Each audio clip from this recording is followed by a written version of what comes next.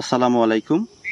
ধন্যবাদ দুরন্ত মিডিয়াকে এবং মিডিয়া ব্যক্তিত্ব আলামিন ভাইকে, কারণ উনি প্রত্যন্ত গ্রামে এসে এই দুর্যোগের এবং এই এই ঝড়ের তাণ্ডবের ইগুলা উনি ক্ষয়ক্ষতিগুলা দেখতে পাচ্ছেন, যার জন্য ওনাকে অনেক ধন্যবাদ।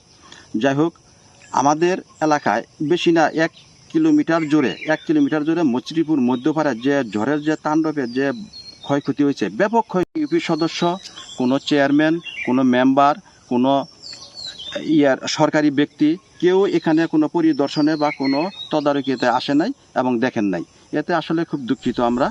যা হোক, তারপরে কোনো আমাদের নেতাকর্মীদেরকেও আমি জানাইছি যে আমাদের এলাকায় কিন্তু একবার একটু এসে আপনারা দেখে যান আমাদের কি পরিস্থিতি, কি অবস্থা হয়েছে। আমার চালায় যত বড় বড় গাছ ছিল, যত ঘর ছিল, যত কিছু ছিল, সমস্ত কিছু ধ্বংস হয়ে গেছে। কমপক্ষে আমার 10 থেকে 12 লক্ষাধিক টাকার আমার সম্পদ নষ্ট হয়ে গেছে। জানমালের ব্যাপক ক্ষয়ক্ষতি হয়েছে। শুধু আমার একার না, এই অত্র অঞ্চলের সবারই কম বেশ ক্ষতি হয়েছে। তার মধ্যে আমার চালায় অনেক ক্ষতি হয়েছে, ব্যাপক ক্ষতি হয়েছে। তো আমার আকুল আবেদন থাকবে সরকারের কাছে, বা যে কোনো এনজিও হোক, যে বেসরকারিভাবে হোক, যে কোনোভাবে হোক, আমার একটি আকুল আবেদন, ওনারা যেন এসে দেখে যান আমার ক্ষয়ক্ষতির পরিমাণটা কতটুকু হতে পারে।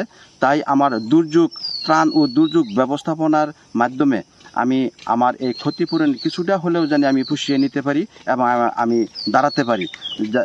এটি আমার সরকারের কাছে আকুল আবেদন। তবে আমার একটি কথাই আমি বারবার বলি, এই দুরন্ত মিডিয়া প্রত্যন্ত গ্রামে গিয়ে অনেক মানবিক কাজ করেছেন আপনারা, আমি এটা জানি এবং দেখিও আপনাদের মিডিয়ার মাধ্যমে বা ফেসবুকের মাধ্যমে। তাই আমার আকুল আবেদন থাকবে, দুরন্ত মিডিয়ার মাধ্যমে আপনি আমাদের এই সংবাদগুলো প্রচার করুন এবং প্রচার করে সবাই দেখুক আসলে ক্ষয়ক্ষতির পরিমাণটা কীরকম। আমি ঝড়ের এই তাণ্ডবটা আমি স্বচক্ষে দেখার আমার সুযোগ হয়েছে।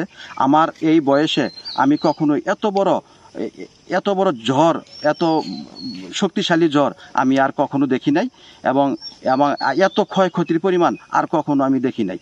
তাই আমার এই ক্ষয়ক্ষতিটা যেন আমি পুষিয়ে নিতে পারি, তাই আমার সরকারের কাছে আকুল আবেদন, আপনাদের কাছে আকুল আবেদন এবং সরকারি বেসরকারি যে কোনো পর্যায়ে আমরা সবার কাছে আকুল আবেদন, যাতে আমার এই ক্ষয়ক্ষতিটা আমি পুষিয়ে নিতে পারি এবং আমি একটু দাঁড়াতে পারি।